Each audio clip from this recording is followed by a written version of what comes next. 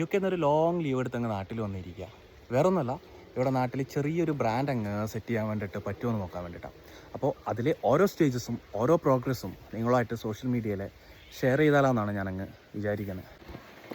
Welcome to the series building a brand in India part 1. ശരിക്കും പറഞ്ഞു കഴിഞ്ഞാൽ ഒന്നല്ല 2 പ്രൊജക്റ്റ് ലോഞ്ച് ചെയ്യാനാണ് ഞങ്ങളിരിക്കുന്നത്.